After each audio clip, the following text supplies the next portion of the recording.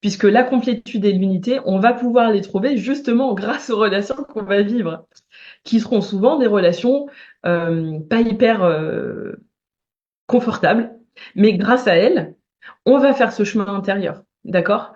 Donc l'idée, c'est pas de se dire j'attends d'avoir trouvé ça et ensuite, ben non, c'est parce que je vis ça, je trouve ma complétude intérieure. Et donc en fait, tant qu'on l'a pas trouvé, on va le chercher au travers de nos relations, au travers des gens, au travers du type de personnes vers lesquelles on va s'orienter, d'accord? Moi, je sais que je me suis souvent orientée vers des personnes indisponibles émotionnellement, c'est-à-dire des personnes qui ont tout un tas de passions, qui me font passer à chaque fois en dernier, jusqu'au moment où je me suis dit, euh, donc qui n'était pas présente pour moi, jusqu'à un moment où je me suis dit, ok, qu'est-ce que ça te dit?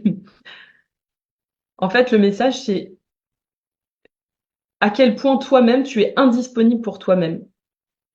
Parce que l'autre te renvoie ton image. Et l'effet miroir, on va venir l'approfondir dans la troisième masterclass, donc on aura l'occasion vraiment d'approfondir ça. Mais si je trouve toujours des personnes qui sont indisponibles émotionnellement ou indisponibles en termes de temps, euh, ça veut dire que moi, je suis pas disponible pour moi-même, en fait, tout simplement. Si je suis toujours avec des personnes qui n'arrivent pas à être présentes pour moi, ça veut juste dire que moi, je suis pas présente pour moi.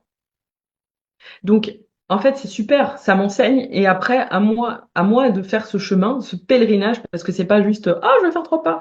Non, c'est vraiment un pèlerinage. C'est, OK, comment moi je deviens disponible pour moi? Comment moi j'arrive à m'accueillir? Comment moi je m'apporte à moi-même la présence que je demande à l'autre? Puisque si moi je peux pas me l'apporter, comment l'autre va pouvoir me l'apporter, étant donné que l'autre devient mon miroir? Vous voyez ce que je veux dire?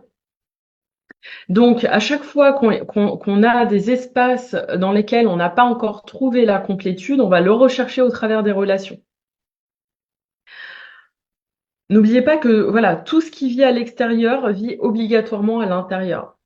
J'ai quelqu'un qui est indisponible, j'ai quelqu'un qui me respecte pas, et ben c'est que moi, à l'intérieur de moi, il y a une part, pas la globalité de mon être, mais il y a des espaces dans lesquels je me respecte pas.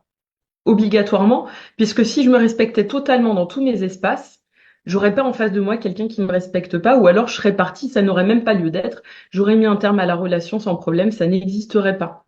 Si ça existe, c'est que ça trouve un écho, c'est que ça trouve encore une résonance en moi. S'il n'y a plus d'écho et plus de résonance en moi, soit ça me fait ni chaud ni froid, ça ne m'atteint pas et je le vois pas, soit l'expérience ne se présente pas du tout dans ma vie.